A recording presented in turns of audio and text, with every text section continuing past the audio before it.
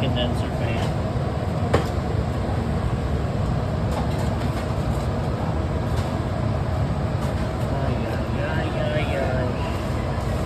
Cap tube system.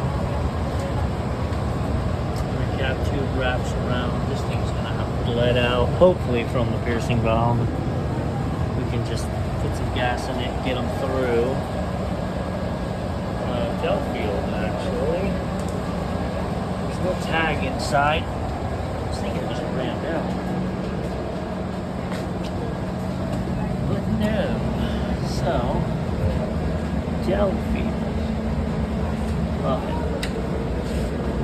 Nothing much left of a tag. So we can hook up pressures and see what the pressures are running and hope that tells us. What refrigeration? Should be 134. It's cooler. Check it. All right, so take a look at these pressures. Tell me what refrigerant you think we're running. All right, so I've looked up the physical compressor, and the compressor tag is for a 404, 448 system.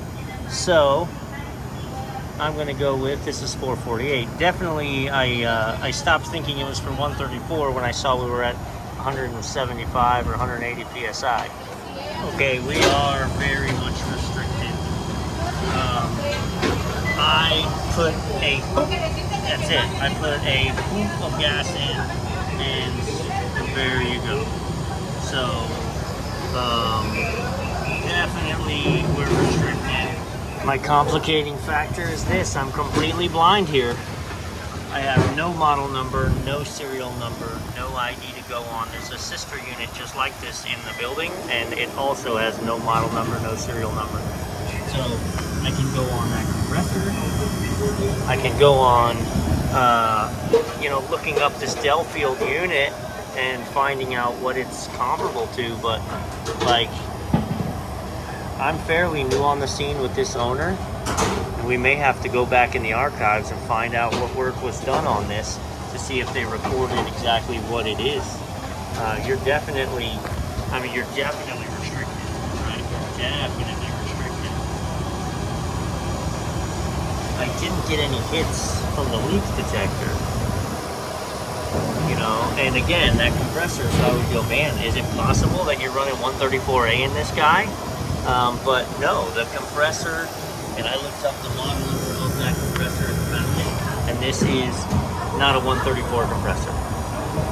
So I'm confident we should be running 404, but I'm not going to keep blowing pressure into it, and I'm not going to bring my nitrogen in and start flossing the cap tube, because I just need more information, man. I need more information on what this thing is. See if I can get it from you. Look at the state of this condensing coil. There's nothing left, man. There's nothing left.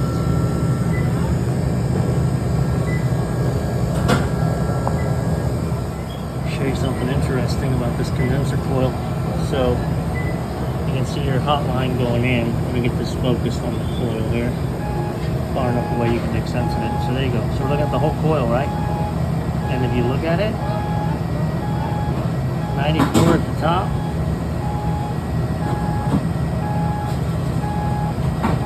91. Drops down to 90, 89 at the bottom. You're not exchanging much heat anymore. Shockingly. She's coming down. We're 48. What the heck? Let's go for it.